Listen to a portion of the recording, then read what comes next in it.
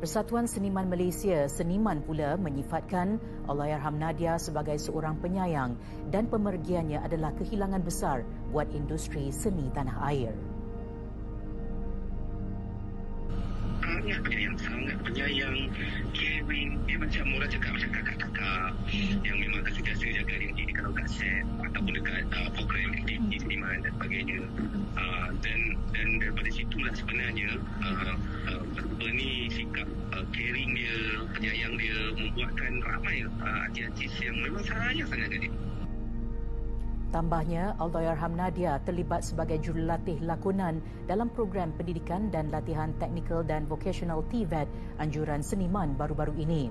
Z turut menasihatkan agensi pelancongan dan pengendali rombongan supaya memikul tanggungjawab sepenuhnya terhadap keselamatan peserta.